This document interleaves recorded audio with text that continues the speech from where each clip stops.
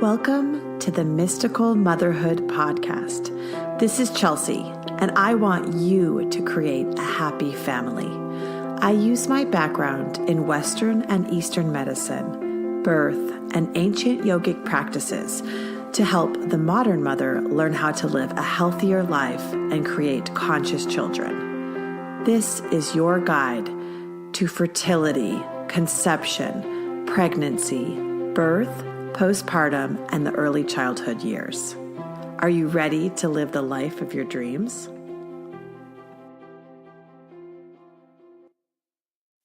Welcome to Mystical Motherhood's podcast. This is a bonus session that I wanted to put up. It's a conversation I had with Kathryna this week.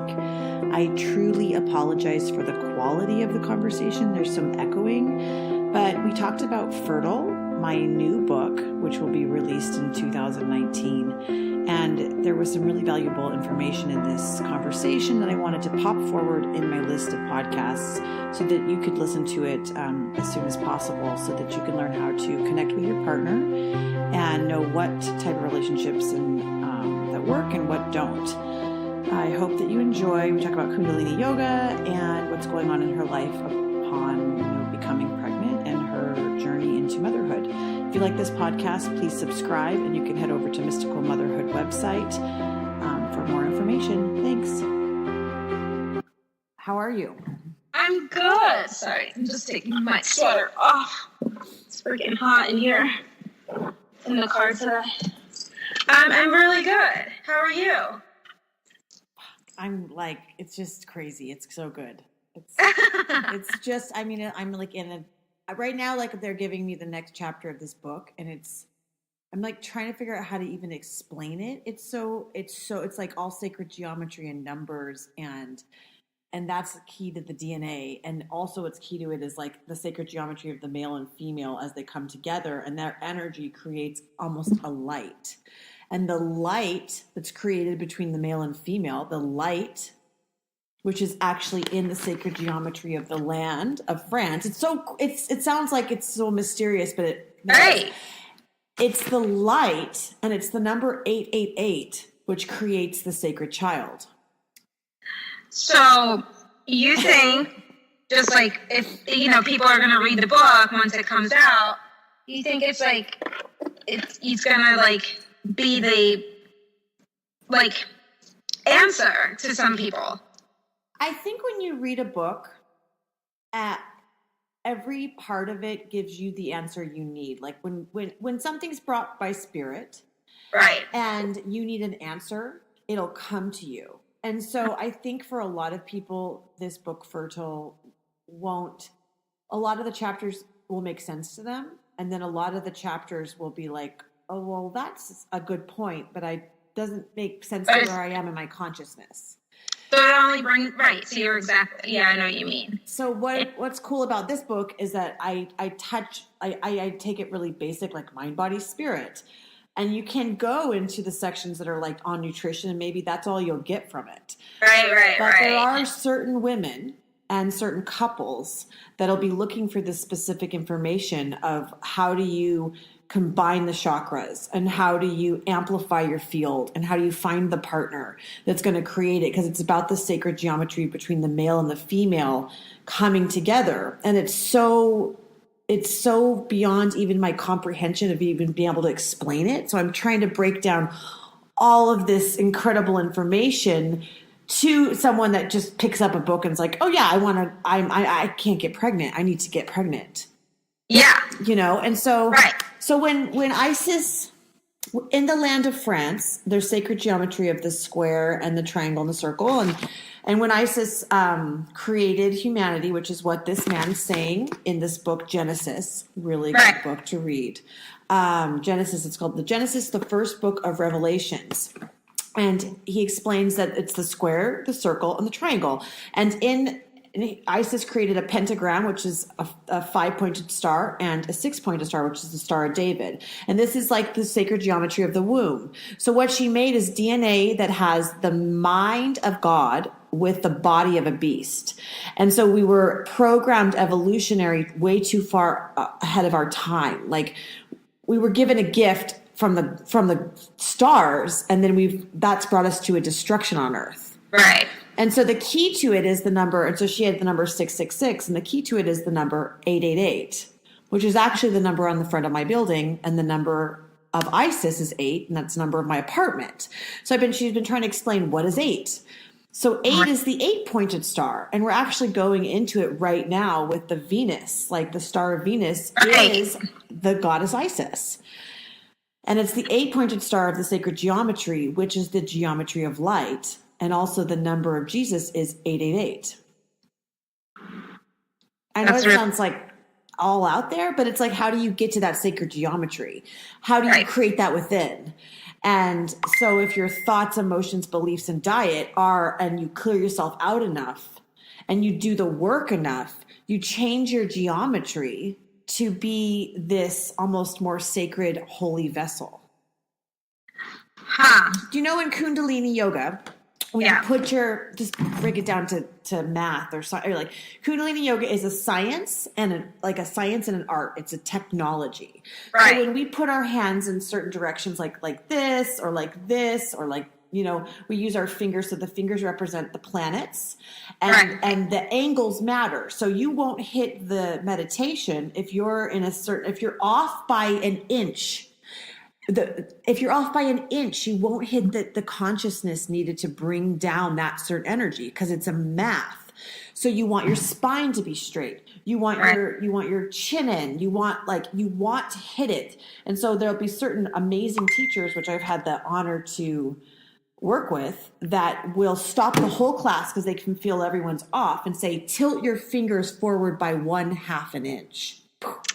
And you click. And then you hit the sacred geometry. So what that does is change your auric field to a different frequency.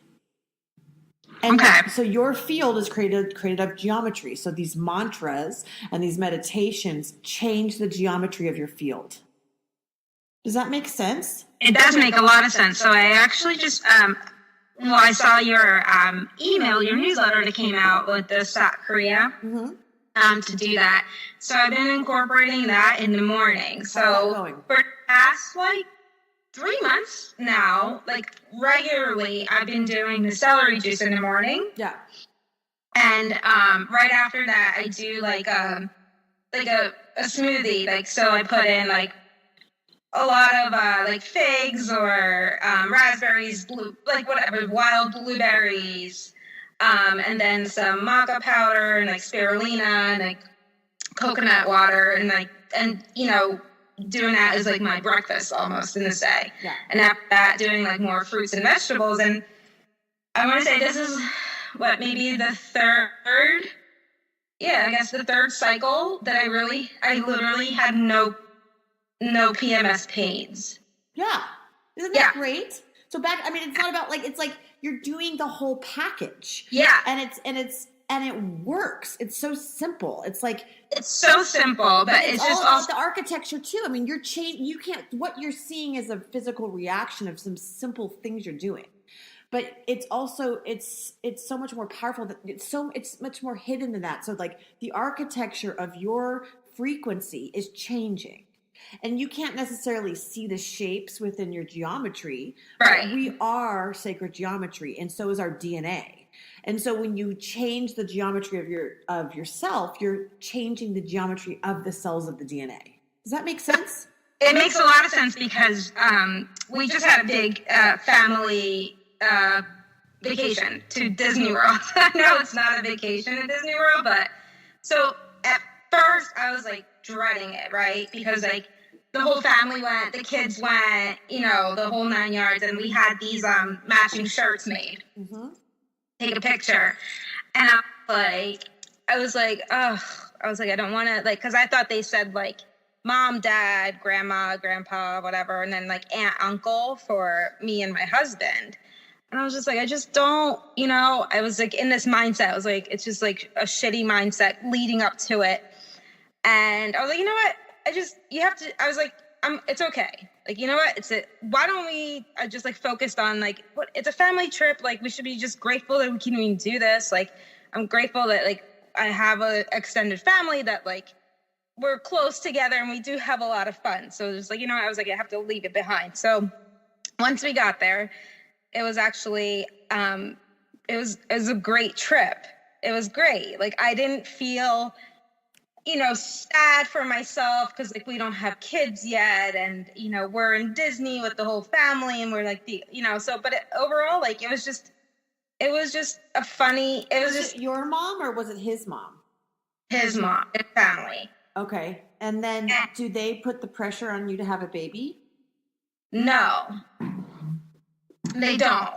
So they used to, and they started it with his sister because she has 2 now. And she like rushed the process and like did the whole like Clomid and whatever to help her. And then his mom actually felt bad because his brother also they were trying for 2 years, and like nobody really knew. They were keeping it hush hush, and she felt like so bad and guilty that she kept like saying things, and she's like, I just don't ask anymore. I know it's God willing, like it's gonna happen when it's gonna happen. So are you finding like, do you find that most of I'm just curious because I think infertility is going to be one of the biggest issues on our planet soon. And do you think, like, I mean, I just know who comes to me, and I know that that's an issue. So I just deal with those women.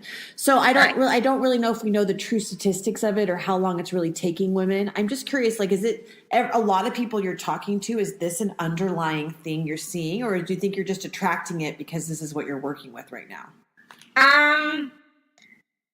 I think even out of all our friends, a couple of ours, our friends, they just got pregnant, and they were trying for like a year and a half. I mean, everybody like my close circle and people I'm learning about, and then like friends of friends, it's all like a IVF or IUI, right? Or do you think they're rushing to the IVF though because they don't want to take the year and a half to try and work it out? I think so, because it's hard, right? It's not easy.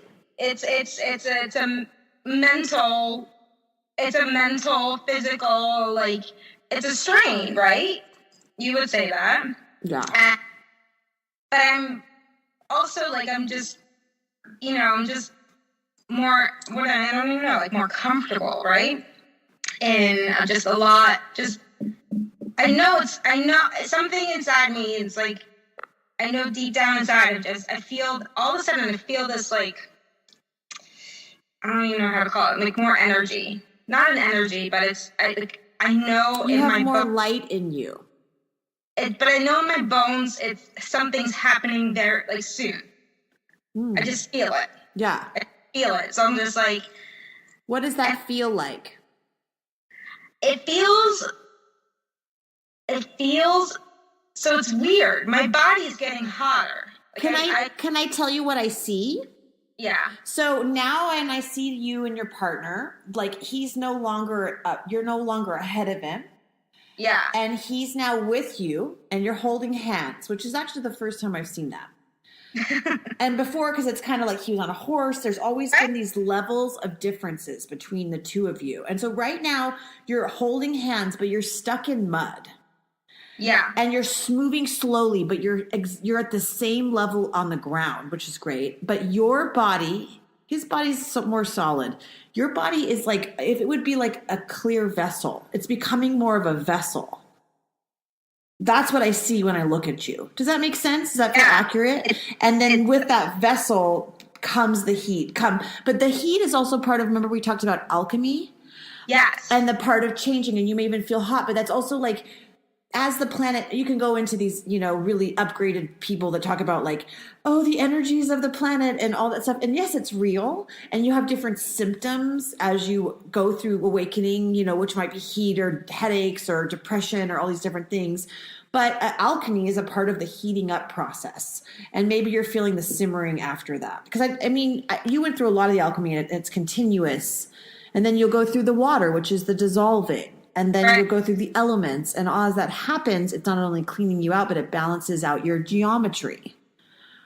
So literally, I've just been like, these bursts of just like, I'm like, holy shit, I'm like hot. I'm just like, my temperature is just like constantly like, it's just like, you know, I'm just like, I'm never hot. I was always like freezing cold. Do you think that's your hormones even becoming more balanced, and then you're more aware of when you're ovulating?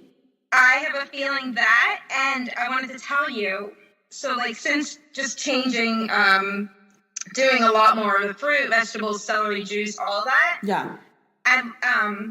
So I really like stopped eating a lot of meat. I never did it anyways, and like honestly, I have a little bit of chicken here and there, but it's a lot more just like more like you know, like not rice based, but like potatoes. I'll like cook them whole, and like just vegetables, and just do that, or a lot of avocado toast or whatever it might be.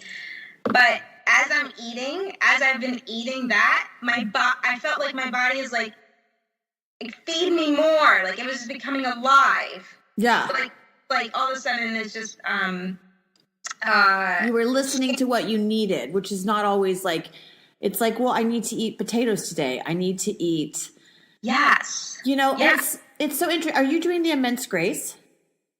No. Okay, well, in Immense Grace right now, I'll send it to you. We're working on the 11 moon centers. So for anyone who's listening, women, not only are we ruled by the planets, not only are we the most complicated species on the planet, but we have these moon centers that we move through every 2.5 days. And so, and it's like the chin, the hairline, the heart, or, you know, different regions on the body. Yeah. And I can actually put them in the notes of this podcast. Yeah. But the benefit of, I mean, this is just coming up, and then maybe one day you'll want to learn more about it. But the future of the planet, supposedly, this is how Guru Jagat explained to it, my teacher, is when women understand their moon centers and where they are in their own cycle, which is not just the cycle of the menstrual cycle, but on top of that, this other cycle, we will rule the planet. Because you become so sensitive to where you are in time and space. So like if you're in your navel center, you're incredibly insecure. I mean, I felt it. I'm like, I'm in my navel. I mean, I thought anything somebody said to me, I was really reactive. I'm like, they're attacking me, and they weren't. It's just, I was in that center. And then as you move to a different center, you'll get super sensitive. And then as you know what center you're in, you'll become so sensitive that you'll know exactly what foods to eat. And you'll know who to be with, and you'll know what to do and what not to do on certain days, so that you become incredibly intuitive and instructive with your time. And it's every 2.5 days, usually around noon during the day, or noon to 2, and then or noon to midnight at night, you'll change. And you'll go to a new moon center, and that's how variable the feminine is. That's crazy. It is crazy. But once you know it, you can become like, it makes you know I'm not crazy. I'm not crazy. I'm just in another moon center, and I'm on my period, and the planets are crazy, and this world is crazy. So when you become more in control of your environment, and it goes down to as simple as, I'm going to eat potatoes today, because that's how sensitive I'm becoming, that I know what my DNA and my soul and my energy field needs in order to thrive. That makes a lot of sense. Right? So I've just brought that up in a way that you're becoming more intuitive because of the Kundalini, because of the awakening you're going through, that you now know what other women might have lost, is that a potato is what your body needs that day. So it's funny because it really, you know, just going through a lot of the books and just like through everything, it's the way we've been taught, right, is what to do and eat is like really, it's like working against you in a way. Yeah. But the whole world is working against us. I mean, the whole society is working against us. I mean, you see women at a certain size everywhere you go. I mean, you see religion trying to tell you this is what it looks like. You see, you know, organizations like cult organizations, like even like Google, Facebook, everything is like telling you that you don't have your own power. Exactly. And so when you start to know, damn, I am the most powerful force there is. I can create anything out of nothing. And that's funny.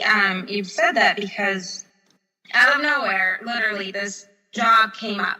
This job I saw on LinkedIn, totally out of nowhere it came up. The company's based in Germany, and they opened their offices here in Philly. in like a WeWork space, and they're hiring for like a business development for it's a SEO search engine company, but for fashion. Oh, that's cool. And beauty. I was like, holy shit. So that's fun. That's fun.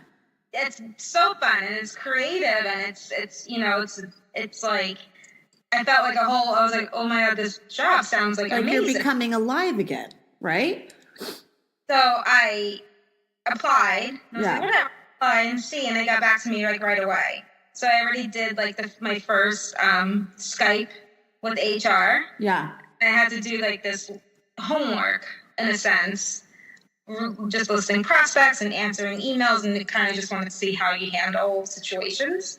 And I sent that through. So now we'll see what happens.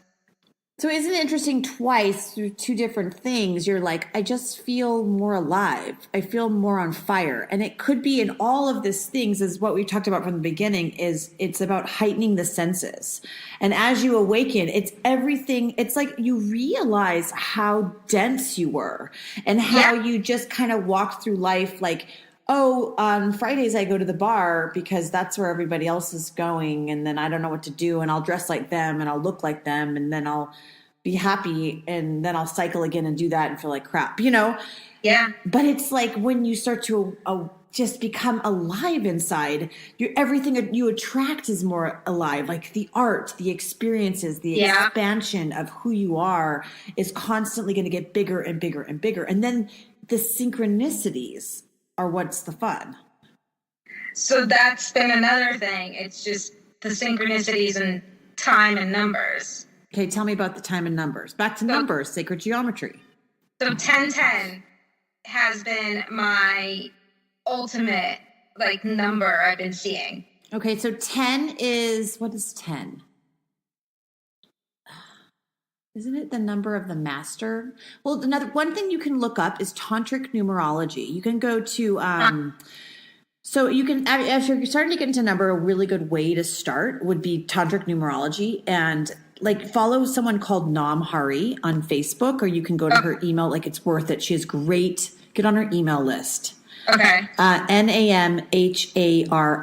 and she studied with Yogi Bhajan, and she was the Yogi Bhajan gave everybody a different gift. That was his students, right? Like, I mean, just like he would like literally like put his finger out and then boom, they had this gift. And her gift is the tantric numerology. She's very good at it. And she just, someone is coming to mind for some reason. But if you're starting to get into numbers are so much. It's so deep. But like in the immediate moment, it's a reminder of what's going on right now. And it was a part of the process of me like becoming more intuitive, more clairvoyant, and more, understanding things. It starts small. It starts like, oh, I keep seeing these repeating numbers. And then, or that song, it has reminding me of this person I knew, and it was like it was sent by that person. And then that leaf fell in front of me, and I just saw that leaf in a book the other day when I was reading. And then there's just one thing after another. And what the synchronicities do is it starts to make you realize that everything around you is God. Right. And then you're like, and then when you start to really realize that everything around you is God, you know you're God. And so you're creating the reality of God. And so it's just like, and so what you can do with these type of synchronicities is this is what my teacher Elizabeth explained to me, Elizabeth Burke, and she can be found in Northern California. She's great, intuitive, and a healer. So in your 8th chakra, you can turn, it's like a faucet that lives in your 8th chakra. So sometimes when you start to awaken, the synchronicities can become like a pouring river. Like for me, they were coming like every hour. I was like, holy crap. Like this person would call, I would think of this, and this would happen. And then this number would show up, and then this song would play, and then this book would come off the shelf. And then I'd be reading stuff like this, like Genesis, and be going nuts, right? But it's like, you can turn it down and you can turn it up. So if you want more synchronicities, you just literally go into your 8th chakra and you kind of watch a tap turn up or turn down to your pace of what you can handle on earth. So if you want some more, you can make more happen. You have that power in your 8th chakra.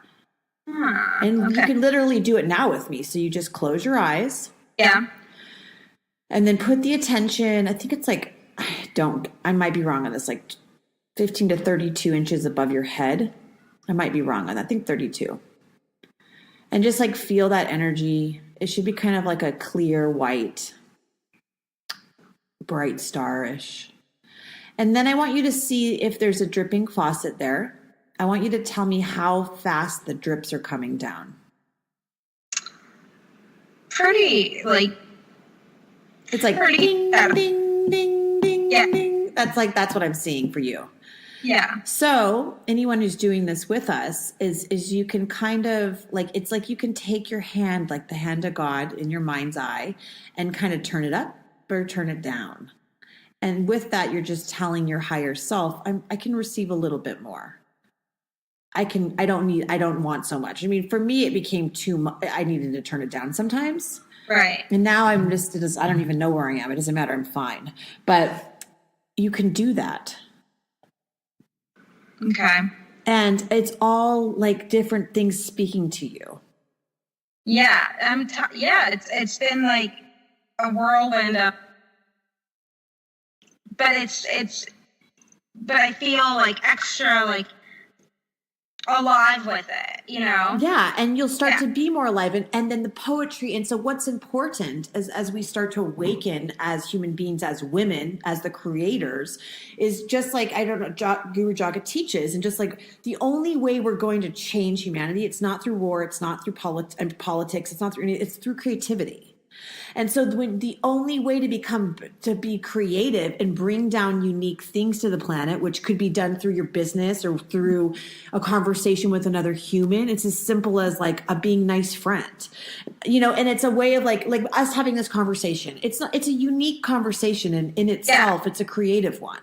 And so that creativity, that aliveness is transferred through the books I write, the people I talk to, the right. coincidences that happen to me. And then, like perhaps I talk to an individual and then I pass on my synchronicity to them.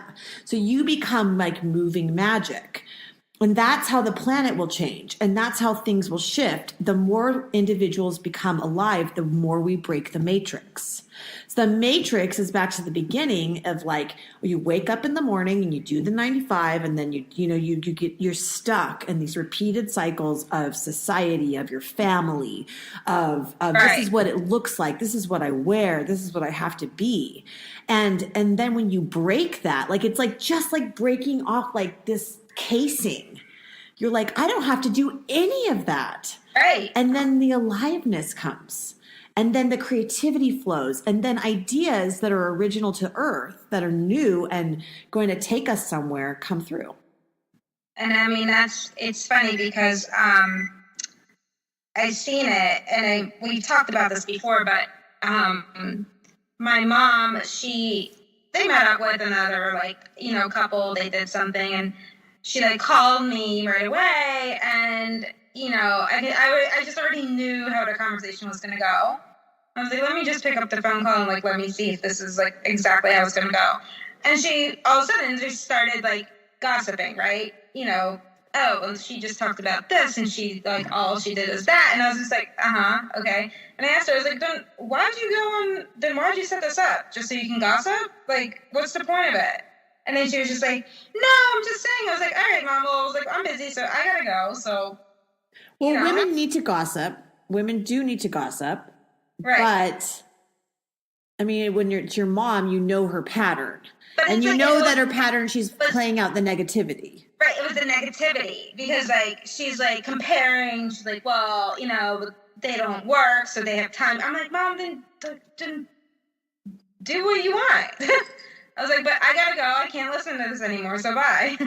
Right. So you just have to choose, I actually just talked about this in another chapter in the book, is when you're pregnant, everything is programmed in the baby. And actually, if you're going to have a baby soon, I want to talk to you about genomic imprinting. But it's like every single thing matters. Every single conversation, So if let's talk about let's compare this back to you getting pregnant. Right. So there's a period, and I'll talk about the conversation in just a minute, but I'm going to bring you back a little bit to what I've been doing some research on for the book Fertile. So there's a period before the egg drops, like 2 to 3 months before the egg drop, that science has even proven it's a period called genomic imprinting. So everything that happens to you, so all the eggs you get from childhood or when you're born, right, that are connected to grandma and connected to mom and all the ancestors, that doesn't matter. All that time doesn't matter. What matters is the 2 to 3 months before the dang egg drops, no matter how you get pregnant. Right? It's that 2 to 3 months before it comes down. That's when the DNA starts to get programmed in that egg. So every single experience matters. So how alive you feel, the synchronicities, your connection to God, the things you talked about, like, are you enhancing your environment? Like, what are you smelling? Is it roses? Is like that the signature, the wavelength you want? And what are your thoughts? What are you touching? What are you eating? What is your sensation? What's your level of awareness? Who are the conversations you're having with people? And what are the thoughts around those? Right. And what are the images in your mind? Because the images in your mind have actually the most powerful experience on the programming of the DNA and of the eggs during this super critical period. And so part of the one paragraph in the book is, okay, so mom is going to act that way. Right. Dad is going to do that. Sister's going to be like a, bitch or whatever. It's either, that's going to happen. So you can be a master and you can either slip away. There's actually a whole book on slipping away and letting or you can engage and know that's going to happen and have a different way to go around it. But the only thing that's important for you when mom does that is that you hold a different frequency. So mom's going to do that. It's like the thought in your head is, oh, isn't so you have the power to program the cells of the genes by creating a new image in your mind. And almost like it's the perception of your environment that matters, not the actual environment that programs the DNA of the child. So if you think of the egg and the baby as you're creating a movie screen for the baby, and you're the screenwriter and you're the genetic engineer. Okay. So it doesn't matter what's going on around. You could have a war zone. The only thing the baby and the cells and the consciousness inside of you is going to understand is the movie you're playing in your mind. And so let's pretend mom's in a war zone. You could be like, oh God, there's so many flowers. All I'm having is a sensation of God. Right. All I see is beauty and love. I'm just having that experience. I'm programming my consciousness to have the experience of love, harmony, belonging, rather than all these other matrix-based belief systems.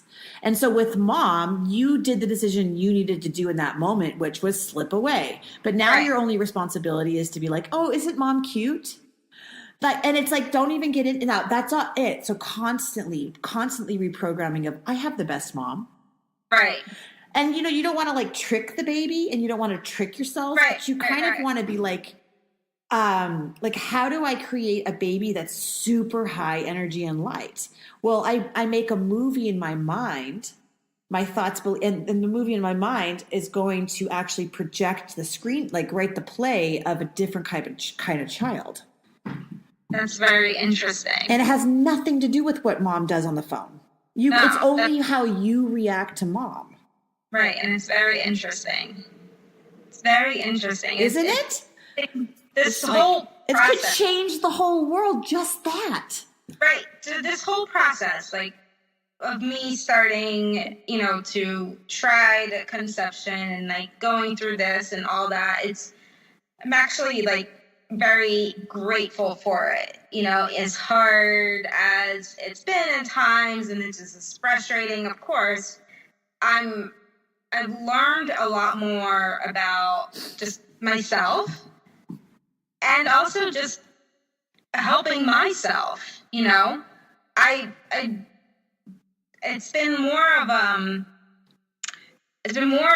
lesson, not a lesson, but I'm grateful for the experience because there's just so much more information out there and there's just so much more that you're connected to that nobody knows. And like you said, like like right away you rush to like IVF, you rush to this, and like, and understanding more of the logic behind it, like you can kind of see the dynamic of when people like are not connected and are not in tune, and they rush into a situation, and like now the dynamic is in front of you, and it's like it doesn't look very happy sometimes, Right. Well, they're just going to keep repeating the past. Right. It looks like a mess. Yeah. But I even told Josh, like, when we like went through, like we just like went through this like big hurdle, right? And I said, I was like, I have to be grateful for that, like, for that time, because if we didn't go through it, then, where would we be, and when would it explode? And like, I would have known, like, no concept of, Yeah.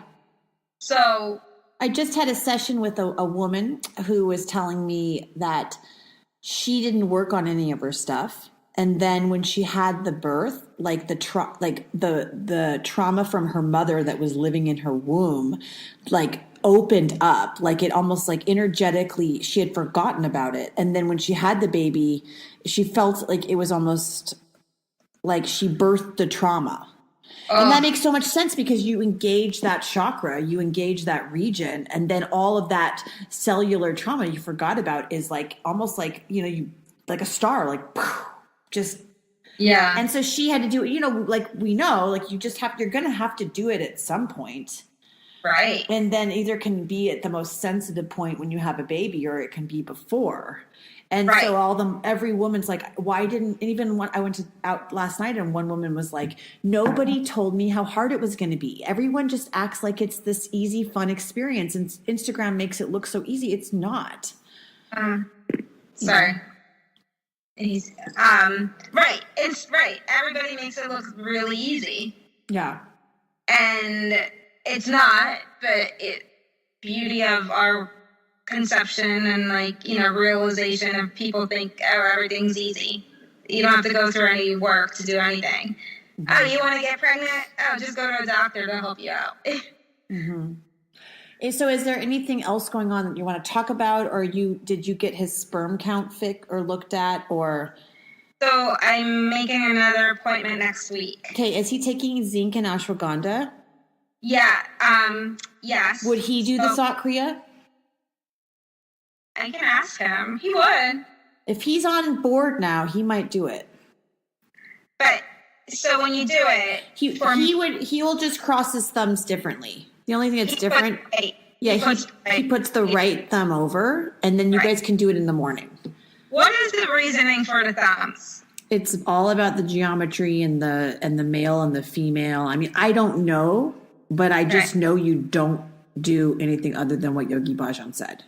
Right. No, I just didn't know why females was. It's not always like, every Kriya is completely different. So It doesn't mean that the next Kriya, it will be like that. Every single one of them is like, it could be like, keep back to the geometry, is because you're hitting a different planet. You're hitting a different frequency. You're hitting a different experience. And so what Kundalini does, it gives you a bigger experience here on Earth and broadens your consciousness and wakes you up at a speed that's going to need to take place as we move forward, right? And so this 1 inch, not to be neurotic about it, but it does matter. And so if you can get them straighter, and if you can get it right, it makes all the difference in the world. And if you can, if you're doing it, if anyone's listening is actually doing the Kundalini yoga to help you get pregnant, do it right. Because it's like, I've definitely sat there in the mornings and been like, blah, blah, blah, blah, blah, and no energy's coming out of my mouth. Nothing's being projected. But when I get into my meditations and I project from the navel and I listen to the sound of my voice coming out, and I use my thoughts to project what I really want. So maybe when you're doing Sot Kriya, you're projecting, I want this baby. I want this baby. If that's what you want, right? For me, I want different things. And so I want to, attract different experiences. And so with the practice, it's also a part of your intention, and the amount of work you put in is the amount you'll get back. Okay.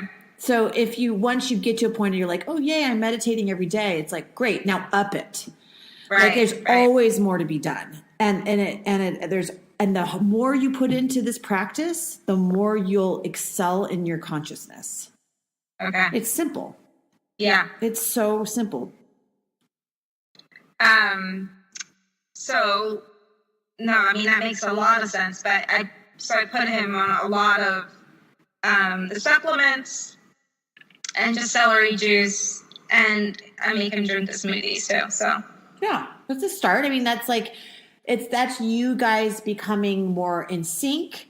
That's more, and it's going back to what we also talked about is you want every part of you to be connected, and you really, it's like the 888, back to the sacred geometry of 888, right? What is 888? It's infinity.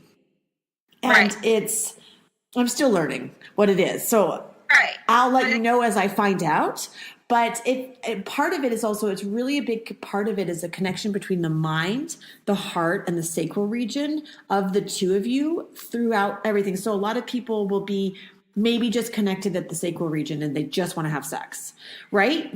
Like they're just at that level. And then some people are connected at the heart and they just are, intermingling, they're flirting. And then some people are just very intellectual. So with your partner, it's critical to have all of these different regions engaged, and you'll feel them, as an intuitive woman that you're now able to know, I can eat a potato today. You can definitely get into your energy centers and find out where you're disconnected from him. Right. And so remember when we talked about a while ago this is next level, but this is how they've explained it to me. So when a man and a woman come together and they're having sex to make a baby, the more chakras that you're connected to, like tantrically. Yeah. And I mean, like, imagine like it's like a weaving 8 between all the chakras. Each of the chakras represent a harmonics and a sound.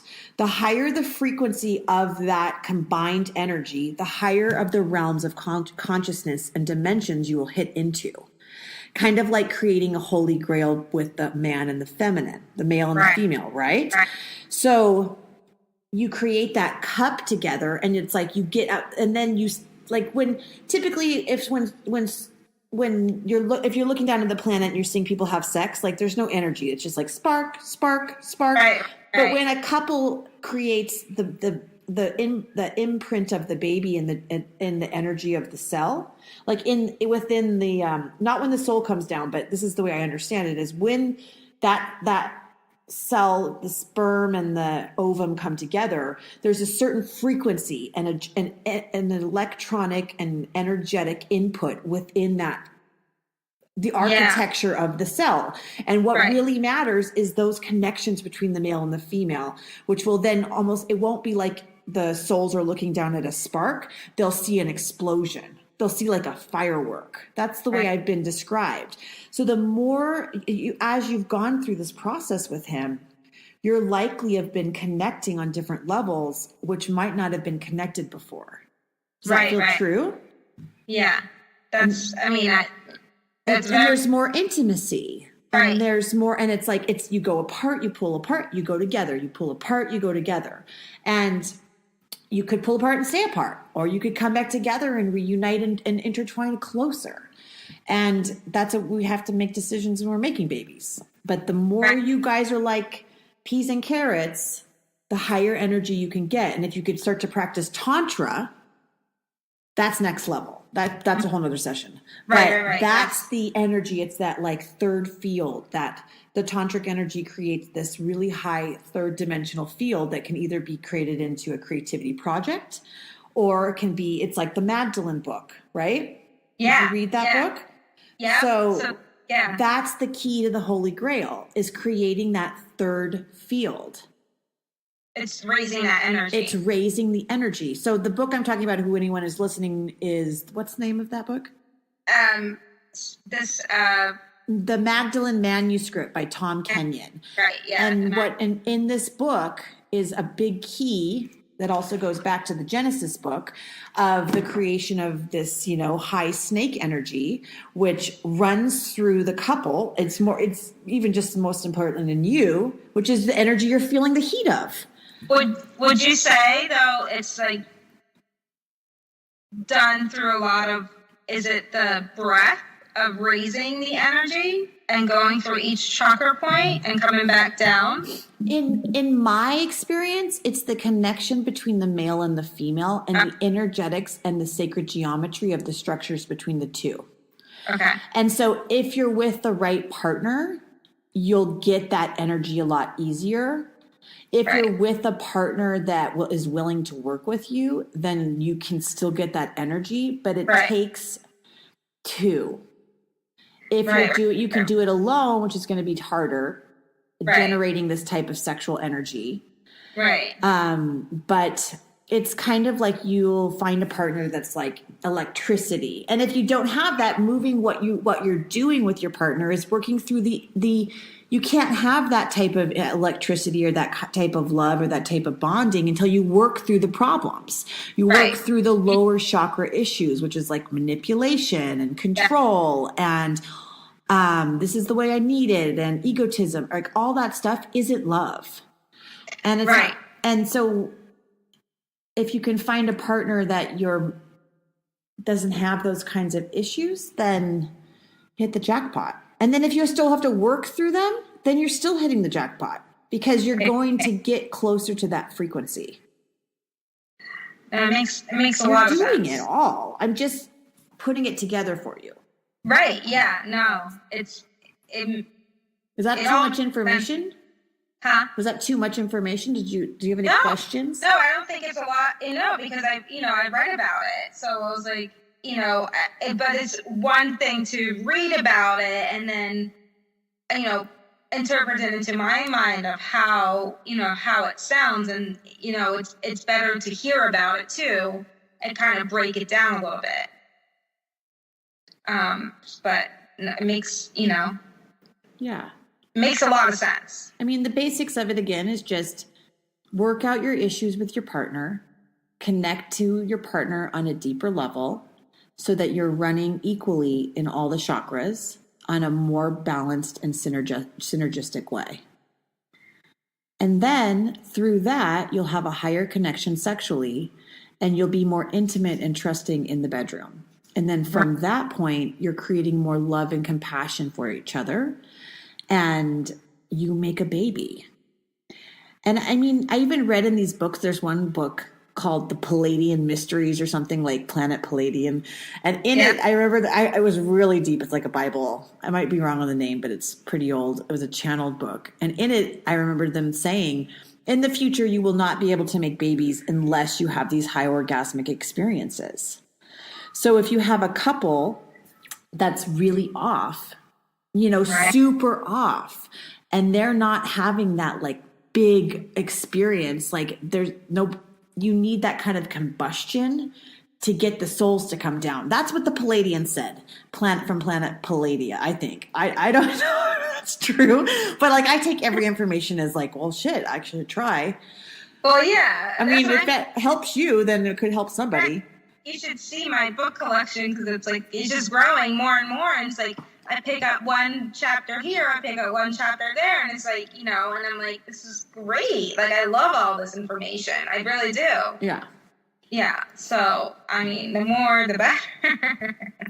I mean, but you guys are doing everything right, and it's rare to have a partner that you have that type of sexual energy with. I mean, and then if you do have that type of sexual energy with that partner, it doesn't mean that the rest of it works out.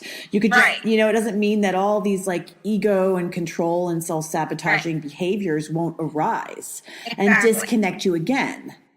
But I mean, the goal is to get to a point where you're working on all these realms and it almost becomes this intuitive and beautiful dance with your partner. And, it's literally from the summer or like even before that, just to now, like how much has changed, like especially within just 6 months this year. Yeah. Just like what kind of things have you seen the difference of working now? I definitely feel like we're more synchronized. The synchronicity between us both, it's just like, it doesn't, our communication has gone up and it's just, without me having to say or do something, like he's already like doing it or vice versa, Where before it was just like blockages of like, constant like friction of just like no information. There was just like it was just like magnets just like going against each other. It was like polar opposites. And it was just like work. It was work. It was just like constant, just like heavy dragging. And it's just like when is this going to end in a sense, And now it's just like, it's all of a sudden it's just like, I don't know, the door's opened. And it's like, start going forward, like moving on to your like lighted path of just like, flow with each other and like go back to yourselves. But it took a lot of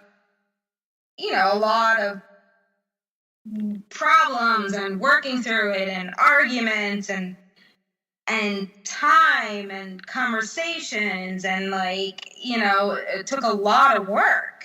Yeah. It wasn't easy at all. But that also was your individual work that could have been catalyzing the whole experience. Correct? Right. That's what I mean. But it opened my eyes because I'm very different. I see a whole different relationship now. And in my mind, I'm like, I honestly don't know how it survived in the past, Yeah. Because I'm very closed-minded. Yeah. Yeah. Well, when you make love, now that you guys are more intimate, in that book where Mary Magdalene talks about focusing on the light when you orgasm, that's critical because the way that these types of children create back to the sacred geometry, the super holy sacred geometry is made from the light. And so keep focusing on like creating more light. Right. And in the orgasm, when you're orgasming, focus on the light. Right. In your own way. And it's like, how can you bring more light in? And that's the key to creating these children is the light. Okay. They're light beings.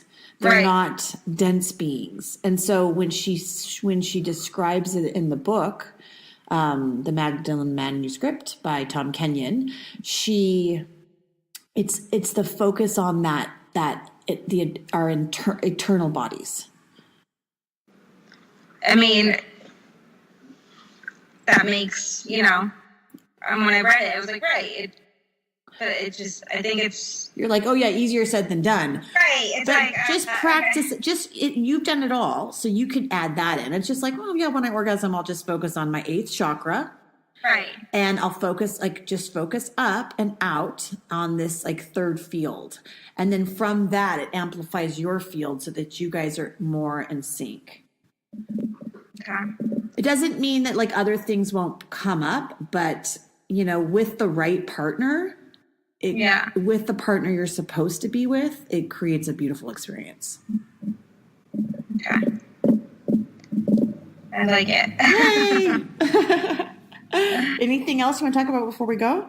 No, that was it. Can you just send me the name again of for the tantric numerology? I mean, so I'm going to say it again, Namhari. And you can find her on Facebook. Then you can look at 3HO organization. Or Spirit Voyage would be another website for tantric numerology. And then as you start to that's just a way to start from that lineage. There's you can actually put in your birth date on their website and they'll give you your tantric numbers. Okay. And you'll be so surprised of, if like my number is a teacher. So my gift is being a teacher. And so if I know my gift, I know like, well, that's not a good job for me. That's not the right job for me. Like this is a better job for me. Simple things. And then also with numerology, it'll explain what the 10 means. And, different numbers will start to pop up that have a different meaning to you. Pay attention to what's going on when the numbers arrive and where your thoughts are then. Perhaps they want to remind you to change them or they want you to pay attention. Okay. Perfect. Okay. All right. So we'll see what all happens. Thank you so much for joining us this week. If you enjoyed this episode, please subscribe. You can write into www.mysticalmotherhood.com kathryna@fertilitycoach.com with any questions or concerns if you want to work with me or you just needed some advice.